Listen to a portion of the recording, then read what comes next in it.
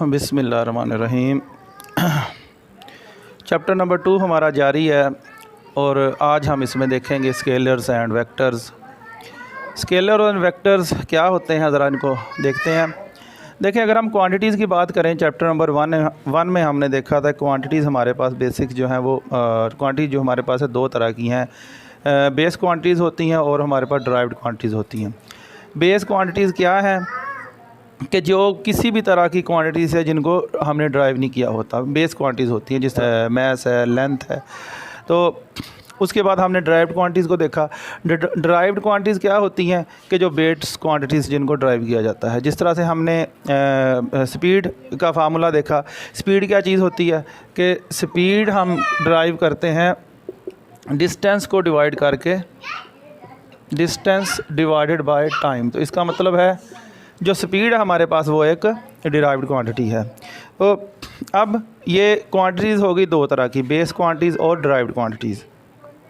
ये क्वांटिटीज़ जो हैं इनकी रिप्रेजेंटेशन, मतलब ये क्वांटिटीज़ जो हैं इनको डिस्क्राइब करने के लिए, इनको बयान करने के लिए हमें बाज़ दफ़ा जस्ट उनकी मैग्नीट्यूड की ज़रूरत होती है। यानी सिर्फ कुछ क्वांटिटीज़ ऐसी हैं कि जिनको आप उनके मैग्नीट्यूड से मुकम्मल तौर पे उनको डिस्क्राइब कर सकते हैं, जबकि कुछ क्वांटिटीज़ ऐसी हैं कि उनको डिस्क्राइब करने के लिए, उनको बयान करने के लिए उनकी मैग्नीट्यूड के साथ साथ उनकी डायरेक्शन की भी ज़रूरत होती है। अब जिन क्वान्टिटीज़ को जस्ट मैग्नीट्यूड की ज़रूरत है उन्हें हम स्केलर्स कहते हैं, स्केलर क्वांटिटीज़ हैं वो। और जिनको साथ उसके डायरेक्शन की भी ज़रूरत है वो हमारे पास वेक्टर्स क्वांटिटीज़ होती हैं। अब स्केलर की अगर बात करें, स्केलर की अगर हम डेफिनेशन लिखते हैं स्केलर, तो इसका क्या होगा, इसकी डेफिनेशन लिखते हैं क्वांटिटी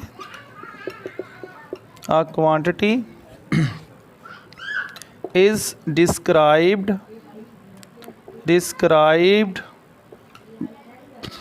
completely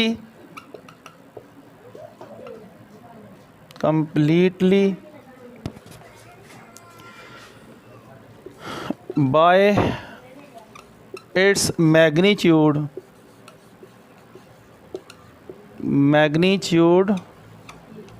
only।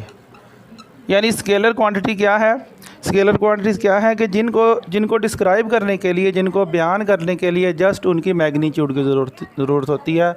हमें किसी भी किस्म की उसमें डायरेक्शन की ज़रूरत नहीं होती। एग्ज़ाम्पल इसकी आप ले लें, मैं कहता हूँ मास है किसी भी चीज़ का, और मास है जो कि 5 kg है। मास है वो है 5 kg। अब किसी भी चीज़ का मास बताने के लिए मैंने यूँ नहीं बोला कि शुगर जो है वो 5 kg है और साथ मुझे उसकी डायरेक्शन भी बतानी पड़े। यानी मास मैंने बताया, मास क्या है, एक स्केलर क्वांटिटी है, और स्केलर क्वांटिटी को बयान करने के लिए इसकी डायरेक्शन बताने की ज़रूरत नहीं है। 5 kg है, बस 5 kg बोल दिया। अब ये नहीं है 5 kg जो है वो ईस्ट की तरफ है, वेस्ट की तरफ है, साउथ की तरफ है, नॉर्थ की तरफ है, तो ऐसा बोलने की इसमें कोई भी ज़रूरत नहीं है। मास है आपके पास, ठीक है। आपके पास लेंथ है, फॉर एग्ज़ाम्पल लेंथ जो है ये भी एक स्केलर क्वांटिटी है।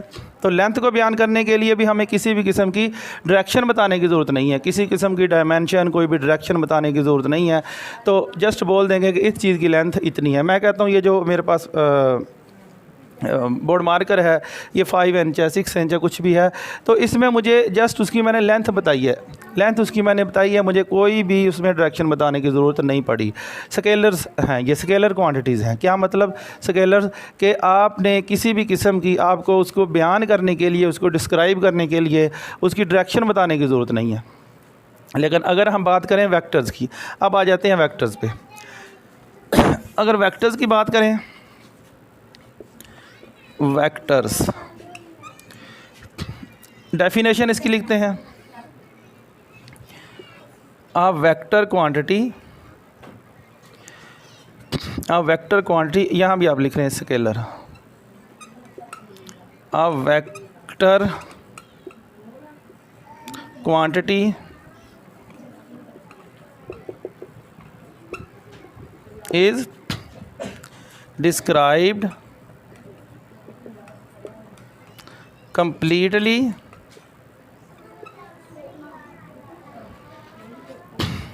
a vector quantity is described completely by its magnitude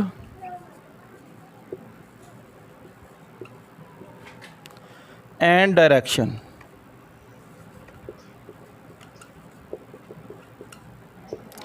यानी वेक्टर क्वांटिटी को बयान करने के लिए आपको क्या करना पड़ता है, आपको मैग्नीट्यूड भी बतानी पड़ती है और साथ में आपको उसकी डायरेक्शन भी बतानी पड़ती है कि मैग्नीट्यूड उसका ये है और डायरेक्शन उसकी ये है। मैं बात करता हूँ यहाँ पे फोर्स की। फोर्स एफ से उसको हम शो करते हैं। फोर्स की अगर आप बात करें, फोर्स क्या है, एक वेक्टर क्वांटिटी है। फोर्स आपके पास एक वेक्टर क्वांटिटी है। तो फोर्स को बयान करने के लिए इसकी मैग्नीट्यूड की भी ज़रूरत होगी कि फ़ोर्स आपके पास इतने न्यूटन है। उसके लिए क्या करना पड़ेगा, आपको उसकी डायरेक्शन भी बतानी पड़ेगी। फॉर एग्जांपल मैंने यहाँ पे 5 न्यूटन लिख दिया।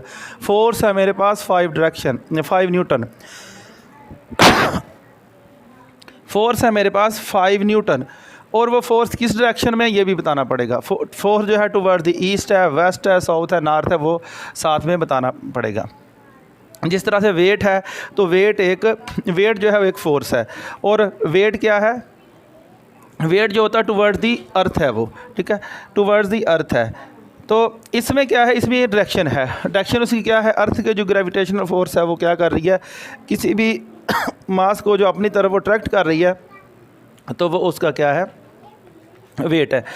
एक वेक्टर क्वांटिटी है। यानी फोर्स को बयान करना होगा तो क्या करना पड़ेगा, आपको उसके मैग्नीट्यूड के साथ साथ बताना पड़ेगा कि उसकी डायरेक्शन आपके पास क्या है। और वेक्टर क्वांटिटी को शो करने के लिए क्या किया जाता है कि ऊपर एरो का ये साइन लगाया जाता है। एरो का साइन भी लगाया जाता है।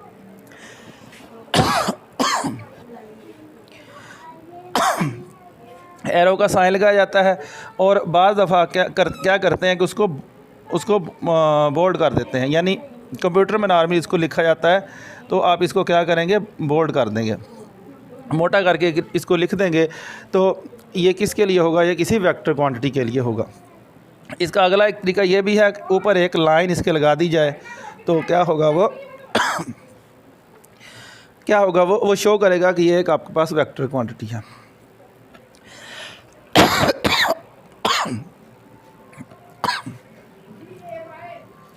डिस्प्लेसमेंट आपके पास है, डिस्प्लेसमेंट है आपके पास, वेलोसिटी है, बहुत सारी एग्जांपल है इसकी वेक्टर क्वांटिटीज़ की।